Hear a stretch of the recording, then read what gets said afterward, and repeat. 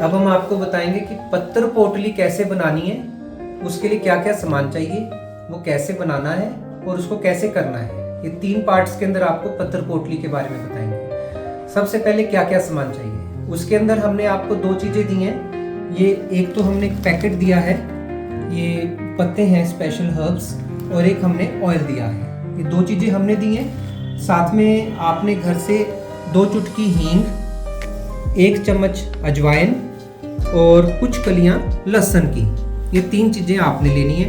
आपके पास एक मलमल का कपड़ा होना चाहिए, लगभग 1 रुमाल जितना, एक कड़छी और एक पैन जिसके अंदर हम इसको बनाएंगे। इन चीज़ों के साथ आप पत्थर पोटली कर सकते हैं। साथ में एक कटोरी चाहिए होगी। तो करना कैसे है अब मैं वो आपको बताता हूँ। सबसे पहले आपने जो अपनी पैन है उसके अंदर लगभग 2 चम्मच तेल डालना है और उसको आपने थोड़ा गर्म करना है। अब ये तेल गर्म हो गया है, इसके अंदर हम 1 चम्मच अजवाइन डालेंगे, थोड़ी सी हींग डालेंगे 2 चुटकी, और इसको अच्छे से भून लेंगे।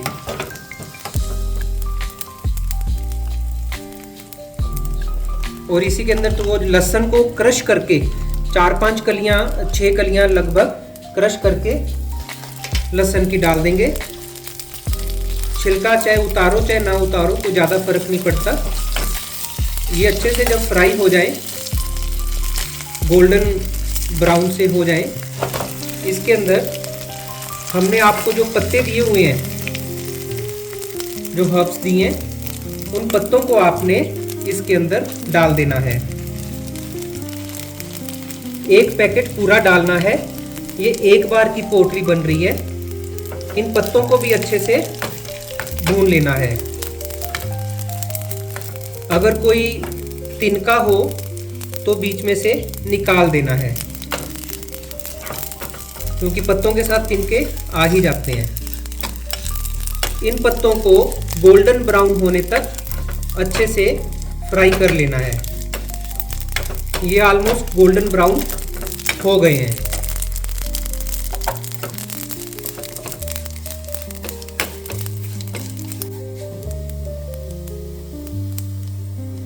ये हमारे पत्ते जो हैं, इनको हमने वो जो हमने कपड़ा लिया है मलमल का 1 रुमाल जितना, उसके अंदर इनको डाल देना है।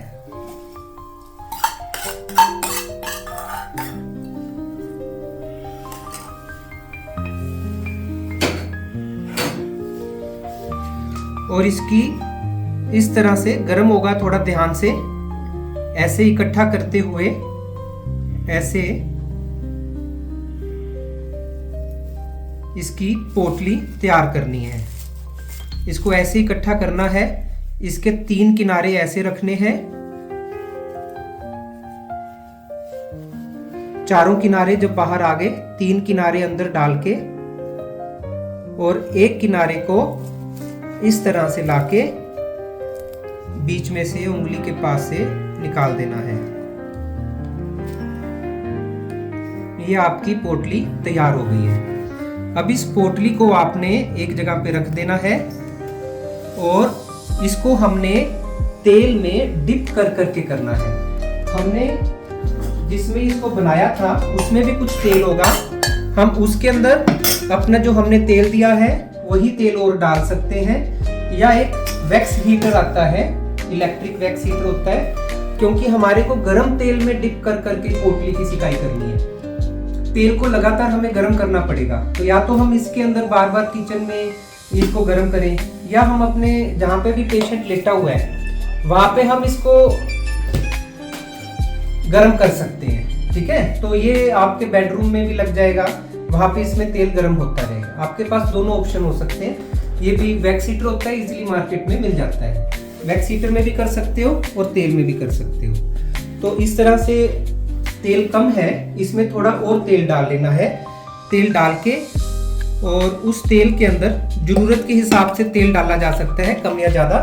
और इस पोटली को इसमें अच्छे से डिप करके, अच्छे से तेल में डिप करना है, गरम तेल में, और अपने इस स्किन पे टच करके देख लेना है कि कहीं स्किन को जला तो नहीं रहा है। जितना ज़्यादा से ज़्यादा गर्म हम सहन कर सकते हैं उतना ज़्यादा से ज़्यादा गर्म की पोटली की सिकाई करनी है। स्किन भी ना जले और ठंडा भी ना हो।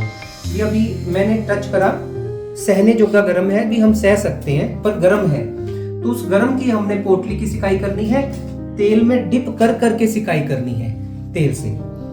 ये जो पोटली बनाई है वन टाइम यूज है, इन्हें चंगी तरह यूज करके इन्हें सिट देना है, इसको फेंक देना है और अगले दिन फ्रेश नई तैयार करनी है। ये कपड़ा आप यूज करके वॉश करके रख सकते हो, अगले दिन फिर ये कपड़ा यूज कर सकते हो।